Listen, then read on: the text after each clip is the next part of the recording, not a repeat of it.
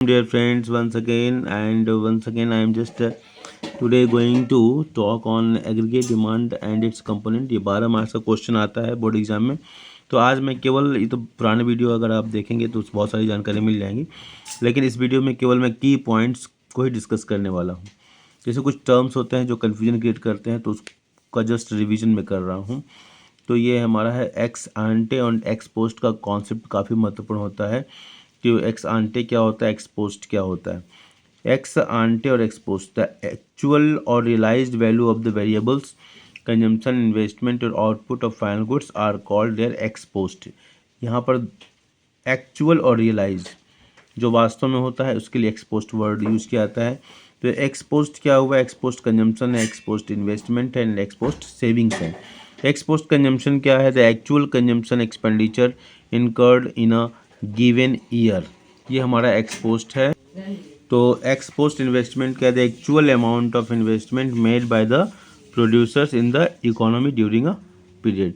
तो केवल आप एक्स पोस्ट का मतलब याद रखेंगे अगर आप कि एक्चुअल और रियलाइज, ठीक है। तो चाहे वो कंजम्पशन हो, चाहे इन्वेस्टमेंट हो, चाहे सेविंग हो, सब में हमारा रियलाइज्ड होगा वास्तविक में।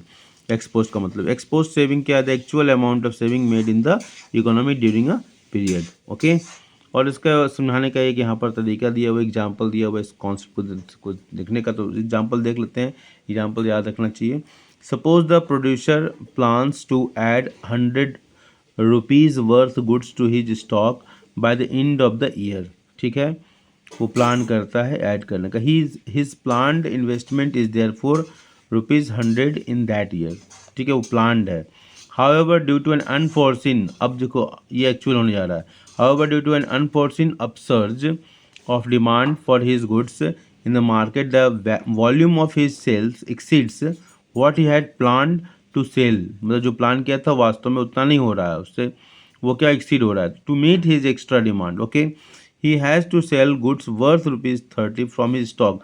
जो स्टॉक है पाइपलाइन में जो होगा स्टॉक, वो उसको 30 एक्स्ट्रा सेल करना पड़ा। Therefore at the end of the year his inventory goes up by, उसकी इंट्री क्या हो जाती है, 100 - 30 70 हो जाती है, क्योंकि उसने अपने स्टॉक से इसको सेल आउट किया था। Thus his plan investment ₹100 whereas his actual ex post investment is ₹70 only. तो ये हमारा एक्सपोज का सारा कॉन्सेप्ट है। ये सेविंग के लिए भी लागू होगा, वे इन्वेस्टमेंट के लिए भी लागू होगा और कंजम्पशन के लिए तो है ही है। तो इस तरीके से हमारा ये concept, the planned value of the variables are called consumption, investment और output of final goods. Okay, their ex ante measures जैसे होता है। ओके, नेक्स्ट हमारा है, देखिए एक्स आंटे का कॉन्सेप्ट यहाँ गया। तब यहाँ पर एक्स आंटे को देखेंगे, एग्जाम्पल देखेंगे। जिस तरीके से एक्सपोस्ट के जो कॉन्सेप्ट है तीनों, वो कॉन्सेप्ट यहाँ भी लागू होता है। तो एक्स आंटे कंजम्पशन क्या है, the consumption expenditure plan to be incurred during a period, plan to be incurred, ठीक है ना, जो होने वाला है, जो मतलब हम प्लान कर रहे हैं पहले से सोचे हुए हैं। एक्स आंटे इन्वेस्टमेंट क्या है, the value of plan investment in a given year, ठीक है। मतलब हम कोई भी काम जब करते हैं, जो प्लानिंग करते हैं ना, जो योजना बनाते हैं, उसकी बात हो रही है। Ex ante savings, the value of savings which all the households plan to make a different level of income during a period, ठीक है। तो ये हमारा एक्स आंटे और एक्स पोस्ट का बहुत ही इंपॉर्टेंट कॉन्सेप्ट था। कंक्लूजन के रूप में अगर हम देख लें इसको, the planned values of the variables are called their ex post measures, whereas the actual और accounting value of the variables are called the ex ante measures. Ex ante depicts what has been planned and ex post depicts what has actually happened, ठीक है, ठीक है। तो x जो हमारा aggregate demand और aggregate supply का जो कॉन्सेप्ट है इनकम डिटर्मिनेशन का, इसमें ये बहुत ही इंपॉर्टेंट रोल प्ले करता है, इसलिए इसको स्पेशल अटेंशन देने की जरूरत है।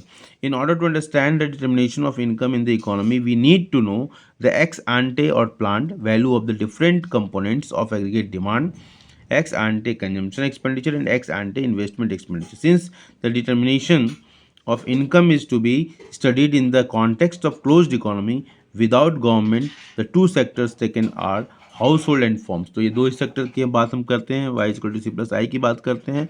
तो चार सेक्टर हमारा मॉडल नहीं है, क्योंकि ये फॉरेन सेक्टर नहीं है, हमारी इकोनॉमी क्लोज्ड इकोनॉमी है, गवर्नमेंट सेक्टर का अभाव है, तो इसको हम लोग ध्यान देंगे।